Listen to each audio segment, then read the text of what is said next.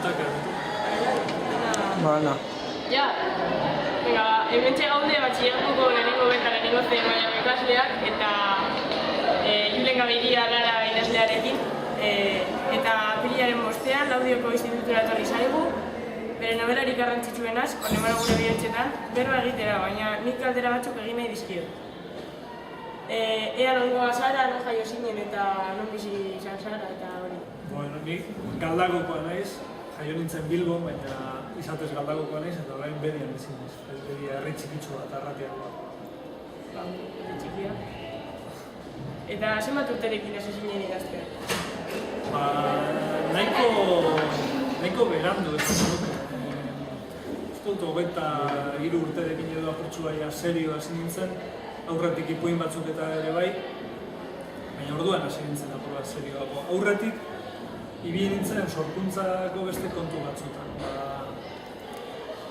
Bertso kontutan hasi nintzen, gero pasatu nintzen musika talde batzun letrak idaztera, eta hortik ja hurrengo urratza izan zen ipuinak idaztea.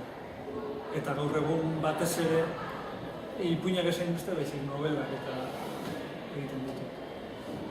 Bueno, ni jakin nahi nuke hasein da zure munduko libururi gogokoena.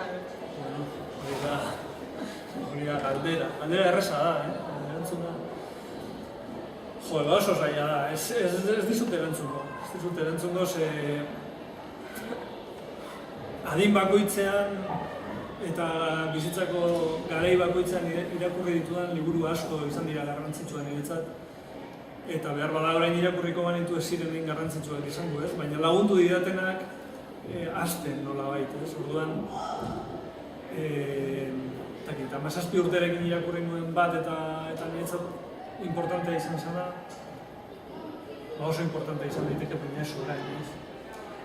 Orduan beti da deskubrimentu prozesu bat, irakurri hala gauza berriak aurkitu eta zuri nolabait hasten lagunduko dizuten, ez dizut erantzun. Eta ea zerbait berezi behar duzun idazteko? Ez, lasaitasuna, zerbait alboan hartzeko eta horrela,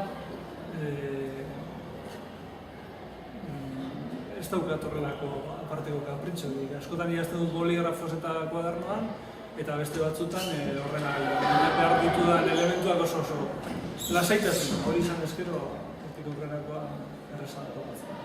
Bale, hori da, ni esker. Bueno, zuri.